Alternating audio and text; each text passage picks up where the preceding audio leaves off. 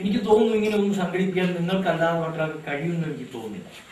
സംഘടിപ്പിക്കാൻ ചിലപ്പോൾ കഴിഞ്ഞേക്കാം, ഇനി ഇതിന്റെ തുടർച്ച ഉണ്ടായേക്കാം. പക്ഷെ അന്ന് ആദ്യ ബാച്ച് എന്നൊരു പ്രാധാന്യം പിന്നീട് വന്ന പല ബാച്ചുകളിലും ഇങ്ങനെ ഒന്ന് സംഘടിപ്പിക്കാൻ കഴിയണമെങ്കിൽ അത് നിങ്ങൾക്ക് മാത്രമേ കഴിയൂ. കാരണം നിങ്ങൾ വ്യത്യസ്തമായ ഒരു ബാച്ചായിരുന്നു തന്നിച്ച്. അതാണ് കാരണം.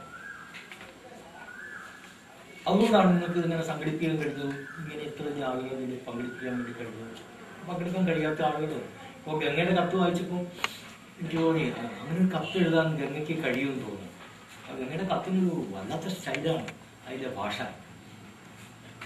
ഞാൻ അതിൻ്റെ മലയാളവും നിങ്ങൾ വായിച്ചതും തൊട്ട് അവളെ ഇംഗ്ലീഷ് കോപ്പി ഞാൻ വായിച്ചു. ചിന്തിക്കാൻ കഴിയുന്നില്ല. 43 വയസ്സുകാരിയായ ഒരു അമ്മയാണ്, 15 വയസ്സുള്ള കുട്ടിയുണ്ട്. ഗംഗയ്ക്കൊന്നും എനിക്ക് ഓർമ്മിക്കാൻ കഴിയുന്നില്ല. ഞാൻ ഗംഗയെ പിന്നീട് കണ്ടില്ല, പലതവണ കണ്ടത്. ഗംഗ എപ്പോഴും നാട്ടിൽ വരുമ്പോൾ ഇതുവഴി വന്നാലും വീട്ടിൽ വരാറുണ്ട്. വീട്ടിൽ വരിക എന്നെ കാണുകയും ചെയ്യും. ഞാൻ കണ്ട അന്വേഷിക്കാറുണ്ട് ഗംഗയെ കുറിച്ചൊക്കെ. കാരണം മനസ്സിൽ അതുകൊണ്ടാണ് യമുനയെ കണ്ടപ്പോൾ എനിക്ക് തിരിച്ചറിയാൻ കഴിയേണ്ടത്. കാരണം എന്റെ മനസ്സിലൊരു യമുനയുണ്ട്, അത് ഒരിക്കലും ഈ യമുനയല്ല. കാരണം പിന്നീട് കാണാത്തോണ്ടാണ്. എന്റെ മനസ്സിലുള്ള യമുന അല്ലാത്തതുകൊണ്ടാണ് എനിക്ക് യമുനയെ തിരിച്ചറിയാൻ കഴിഞ്ഞത്. പറയേണ്ടി വന്നു ഞാൻ യമുന എന്ന് പറയേണ്ടി വന്നു. മനസ്സിൽ ആ രൂപങ്ങൾ ഇങ്ങനെ നിൽക്കുകയാണ്. ഗംഗയുടെ കാര്യത്തിൽ ആ കാര്യത്തിലുള്ള ആ ബാച്ചിൽ ഓരോ ആളുകൾ ഇത് പലർക്കും ഒരു മാറ്റം, നമ്മുടെ രാജ്യത്തേക്കൊന്നും ഒരു മാറ്റമില്ല. അന്നത്തെ പച്ചപ്പൈ ഇങ്ങനെ പച്ച സാരി വളരെ നിഷ്കളങ്കായ ഒരു കുട്ടിയെ രാജശ്രീക്ക് അന്നത്തെ ഭാവത്തിന് ഒരു മാറ്റവും. രാജശ്രീ മധുവിനെ ഞാൻ പലപ്പോഴും കണ്ടിട്ടുണ്ട്.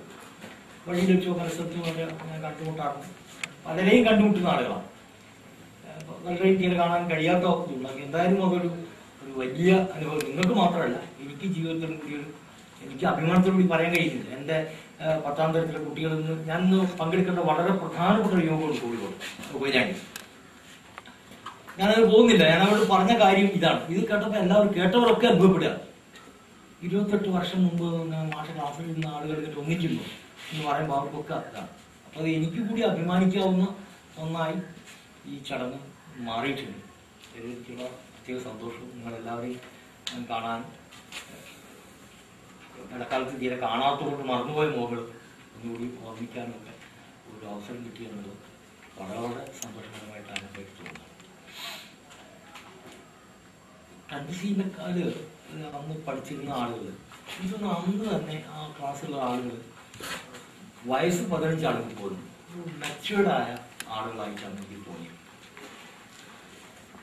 നേരത്തെ രാധാകൃഷ്ണൻ ചൂണ്ടിക്കാണിച്ച പോലെ വളരെ കറക്റ്റാണ് രാധാകൃഷ്ണൻ റീഡിങ്. ഞാൻ എൻ്റെ വിദ്യാർത്ഥികളോട് അവർക്ക് എൻ്റെ കുട്ടിക്കാലത്തുള്ള ധാരണ എനിക്കത് കിട്ടിയ എൻ്റെ മാഷെന്ന് രാമചന്ദ്ര മാഷ ആണ് സ്വാധീനിച്ചത്. മാഷ് പലപ്പോഴും പറഞ്ഞൊരു കാര്യമുണ്ടായി, give respect and take respect. മാഷിനെ പറയും. അപ്പോൾ നമ്മുടെ വിദ്യാർത്ഥികൾക്ക് നമ്മൾ കൊടുക്കുന്ന സ്നേഹവും ബഹുമാനവുമാണ് തിരിച്ചു കിട്ടുക എന്നുള്ളതുകൊണ്ട് തന്നെ കുട്ടികൾ ഒരിക്കലും ഞാൻ അങ്ങനെ കുട്ടികളെ ചെറിയ ആളുകളായി കാണാറില്ല.